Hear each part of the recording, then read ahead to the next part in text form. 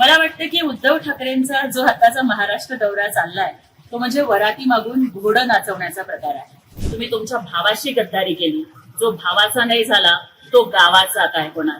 अरे मोठे मोठे गार केले गंमत मध्ये, भिडू नको आता तू खुन्नस मध्ये.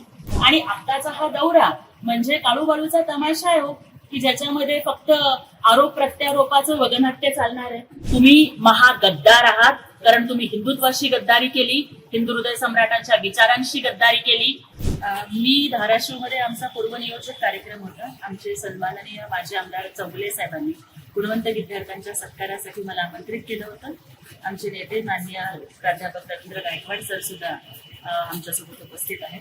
मला वाटतं की उद्धव ठाकरेंचा जो आताचा महाराष्ट्र दौरा चाललाय तो म्हणजे वराती मागून घोडं नाचवण्याचा प्रकार आहे. 6 खासदारांची वरात तर निघून गेली, आता हे घोडं आणि त्यांचं शिंगरू आता मात्र चौकशा करायला लागलंय. त्याचा काहीही उपयोग होणार नाही. हेच जर तुम्ही योग्य वेळेवरती फिरला असता तर त्याचा उपयोग झाला असता. हिंदू हृदय सम्राट बाळासाहेब ठाकरे हे हिंदुत्वाचे कल्पवृक्ष होते, परंतु नाकर्ती मुलं ही त्या कल्पवृक्षावरची बांडगुळं असतात. मला वाटतं उद्धवजी ठाकरे हे त्याच बांडगुळासारखे आहेत का, हा प्रश्न त्यांनी स्वतःला विचारावा. आणि संजय राऊतासारखा माणूस जो रोज शिवीगाळ करतोय ना, तो तर दुतोंडी गांडूळ आहे. गांडोळाचा उपयोग कमीत कमी शेती माती सुपीक करायला तरी होतो, पण संजय राऊत हा उबाठा गट नापीक करायचं काम करतोय. त्यामुळे मी बघितलं की ते अनेक ठिकाणी गद्दार गद्दार बोलतायत, मिंधे मिंधे म्हणतायत. तर मला त्यांना एवढंच उत्तर आपल्या माध्यमातून द्यायचंय की महाराष्ट्राच्या राजकारणामध्ये गद्दारीची सुरुवात ही उद्धव ठाकरेंनी 2019ला केली होती. तुम्ही महागद्दार आहात कारण तुम्ही हिंदुत्वाशी गद्दारी केली, हिंदू हृदय सम्राटांच्या विचारांशी गद्दारी केली. उद्धव ठाकरेंनी भगव्याशी गद्दारी केली आणि निवडणुकीत पाकिस्तानचे झेंडे नाचवले. अहो, तुम्ही तुमच्या सख्या भावाला घर सोडायला भाग पाडलं, चुलत भावाला पक्ष सोडायला भाग पाडलं. तुम्ही तुमच्या भावाशी गद्दारी केली, जो भावाचा नाही झाला तो गावाचा काय होणार. त्याच्यामुळं मला त्यांना एवढंच सांगायचं की अरे बाबा, तुम्ही एकनाथजी शिंदे साहेबांच्या दाढीचा एक केस सुद्धा वाकडा करू शकत नाही, कारण त्यांच्या पाठीशी लाडक्या बहिणीचे आशीर्वाद आहेत. त्याच्यामुळं लक्षात ठेवा की अरे मोठे मोठे गार केले गंमत मध्ये, भिडू नको आता तू खुन्नस मध्ये. अहो, त्यांना त्यांचं स्वतःचं घर नाही सांभाळता आलं, आता ते काय महायुतीमध्ये खडा टाकणार आहे. महायुती अभेद्य, महायुतीचा संसार अत्यंत सुखानं चालू आहे. माननीय मुख्यमंत्री देवेंद्रजी फडणवीस साहेब, आमचे नेते माननीय उपमुख्यमंत्री एकनाथजी शिंदे साहेब आणि आमच्या उपमुख्यमंत्री आदरणीय वहिनीसाहेब सुनेत्राताई पवार यांच्या नेतृत्वाखाली महायुती अत्यंत सुखासमाधानानं महाराष्ट्राचा विकास करतेय.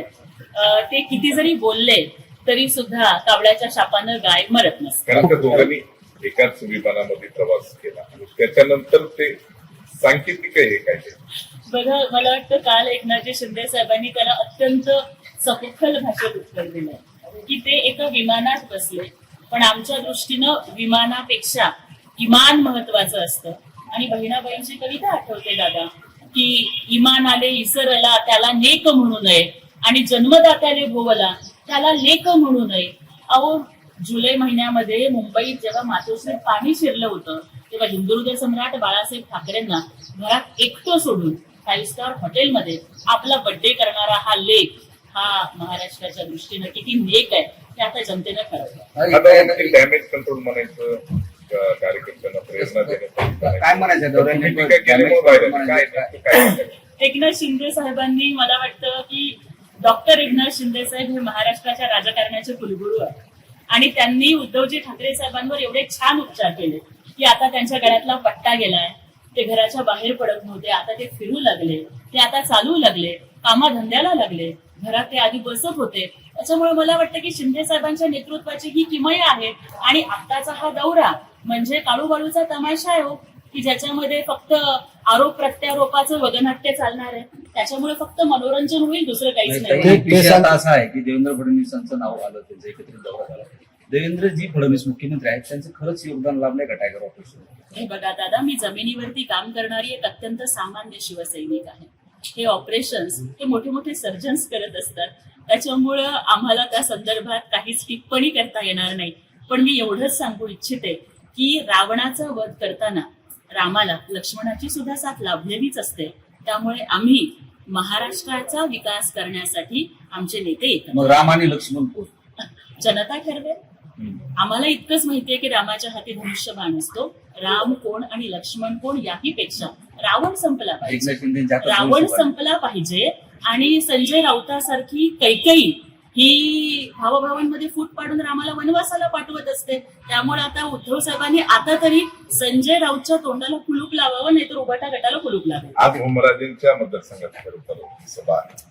हेच ओमराजे जे तुम्हाला पूर्वी देतात ते असं काही वेगळ्या ओके वगैरे असं बोलायचं, त्यांच्या विरोधात आज ठाकरेंना सभा घ्यावी लागते. पण तुम्ही ओमराजेंना कसं ऍडजस्ट करणार, कसं विचारणार? सहभागी होऊन घेत आहे. दादा तुम्ही बघा की जर 2.5 वर्ष ते त्यांच्या सोबत राहिले, मग तरी सुद्धा त्यांना जर ठाकरेंना सोडायची वेळ येत असेल तर नक्कीच या ठिकाणी कार्यकर्त्यांना सांभाळण्यामध्ये उबाठा गट हा कुठेतरी कमी पडतो. माझ्याकडे खरं तर एक क्लिप आहे की ज्याच्यामध्ये एका पत्रकारांनी सांगितलेलं आहे की उद्धव ठाकरे रोज लोकांना का भेटत नाही, तर म्हणे त्यांना भीती वाटते की आम्ही जर नेहमी भेटलं तर आमची किंमत कमी होईल. पण खरं तर लोकांना सामोरं जाण्याची हिंमत त्यांच्यामध्ये नाही आहे. ओमराजे असतील किंवा आमचे बाकीचे 6 खासदार हे वाघ आहेत आणि त्या वाघांना सांभाळणारा ठाण्या वाघ माननीय एकनाथजी शिंदे साहेब हे आमचे मुख्य नेते आहेत. मुख्य प्रश्न असा आहे की ओमराजे ज्या पद्धतीने टीका करायची, खरं तर ते ठाकरेंचीच भाषा बोलायची, तर ते तुमच्या बरोबर आहे. त्यांना तुम्ही कसं ऍडजस्ट करणार, कसं विसरणार आहे? बघा मी तेच सांगते ना की त्यांना सामावून घेण्याचं काम हे माननीय एकनाथजी शिंदे साहेब करतात. जे इतक्या प्रखरपणाने आणि आक्रमकपणाने बोलत होते त्यांना सुद्धा जर त्यांची साथ सोडायची वेळ येत असेल तर आता तरी उद्धवजींनी आत्मपरीक्षण केलं पाहिजे ना की जो माणूस तुमच्यासाठी लढत होता, तुमच्यासाठी भांडत होता, तुम्ही त्यांना नाही सांभाळू शकले तर ते घर नाही सांभाळू शकले, पक्ष नाही सांभाळू शकले, पण आमचे नेते एकनाथ शिंदे साहेब अवघं महाराष्ट्र सांभाळू शकतात. त्यामुळे ते या 6 खासदारांना सुद्धा नक्की सांभाळू. तुम्ही केंद्रामध्ये आहात आणि मंत्रिमंडळ विस्ताराची सध्या चर्चा सुरू आहे. प्राधान्य नाव येते ते श्रीकांत शिंदे यांचं. तुमचं काय इनपुट, माहिती काय आहे? ओमराजे निंबाळकरांचंही नाव येतं. दादा बघा दिल्लीमध्ये राजकारणामध्ये खूप नवीन आहे मी आणि एकनाथजी शिंदे साहेबांच्या आशीर्वादामुळेच ही सर्वसामान्य गोरगरिबाची लेख राज्यसभेत पोहोचू शकले. मंत्रिमंडळाचा विस्तार आणि कुणाला मंत्रीपद द्यायचा हा निर्णय हा सर्वतः सन्माननीय पंतप्रधान नरेंद्रभाई मोदी आणि माननीय गृहमंत्री अमितजी शहा साहेबांचा आहे. त्यामुळे माध्यमांमधून चर्चा आम्हीही ऐकतो, परंतु मला वाटतं आदरणीय पंतप्रधान आणि गृहमंत्री या संदर्भात पण योग्य तुमची निर्णय पक्ष म्हणून काही अपेक्षा असतात की जसं श्रीकांत शिंदे आहेत, ओमराजे आहेत किंवा इतर काही नावं येतात? आमच्या पक्ष म्हणून आदरणीय पंतप्रधानांच्याकडून, गृहमंत्र्यांच्याकडून आमच्या नेत्यांच्या अपेक्षा ह्याच आहेत की त्यांनी महाराष्ट्राच्या पाठीशी खंबीरपणानं उभं राहावं, महाराष्ट्राला प्रचंड निधी मिळावा आणि महाराष्ट्रातल्या लाडक्या बहिणी, लाडका शेतकरी सुखाने श्रीकांत नांदावे. शिंदेचं नाव येतं, तुमच्याकडे काही इनपुट्स आहेत का किंवा तुमच्या अंतर्गत काही चर्चा होती का?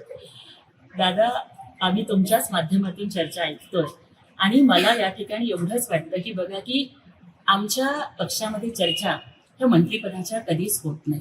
माननीय श्रीकांतजी शिंदे साहेबांचा प्रसंग मला आठवतो की ज्या वेळेला केंद्रामध्ये सत्ता स्थापन झाली आमचे 7 खासदार निवडून आले. 6 खासदारांनी हट्ट धरला होता एकनाथ शिंदे साहेबांकडे की श्रीकांतजींना मंत्री करा, परंतु स्वतः श्रीकांत शिंदे साहेबांनी सांगितलं 3 वेळेला प्रचंड मताधिक्यानं निवडून येऊन सुद्धा सांगितलं की बाबा मला नाही तर ज्येष्ठ शिवसैनिकाला मंत्री करा, कारण आमचं नेतृत्व हे स्वतःच्या पदासाठी अजिबात भांडत नाही. श्रीकांत शिंदे साहेबांचं नेतृत्व हे आदित्य ठाकरेंसारखं कोल्ड कॉफी पिणारं नेतृत्व नाहीये, कार्यकर्त्यांबरोबर कटिंग चहा पिणारं नेतृत्व आहे, जमिनीवरचं नेतृत्व आहे. आता नीटचे एक्झाम झाली, त्याच्यानंतर आता त्याला सरकार जबाबदार नाही का? कुठली नेमकी यंत्रणा, कुठली जबाबदार आहे? हे बघा पेपर फुटी मला वाटतं कॅन्सर सारखा शिक्षण व्यवस्थेला पोखरून काढतो. मी स्वतः एक प्राध्यापिका होते, शिक्षण व्यवस्थेतूनच मी आली आहे. त्याच्यामुळे वर्षभर प्रामाणिकपणानं अभ्यास करणारा विद्यार्थी जेव्हा पेपर फुटीसारखा प्रसंग घडतो तेव्हा तो किती खचतो हे आम्ही शिक्षिका म्हणून जवळून बघितलेलं आहे. आमचे नेते सन्माननीय एकनाथजी शिंदे साहेबांनी पेपर फुटीच्या संदर्भात कालच आपली भूमिका जाहीर केली की पेपर फुटी करणाऱ्यांना मोका लावावा आणि याची समूळ चौकशी करावी आणि यामध्ये कुणीही कितीही मोठा असला तरी त्याला पाठीशी घालणार नाही ही स्पष्ट भूमिका शिंदे साहेबांनी. पण जबाबदार कोण आहे त्याला? असं जबाबदार कोण आहे याच गोष्टीची सखोल चौकशी होईल, परंतु सरकार म्हणून महाराष्ट्रातल्या विद्यार्थ्यांचं नुकसान होऊ नये याची संपूर्ण जबाबदारी घेण्यासाठी आम्ही बांधील आहोत. थँक्यू.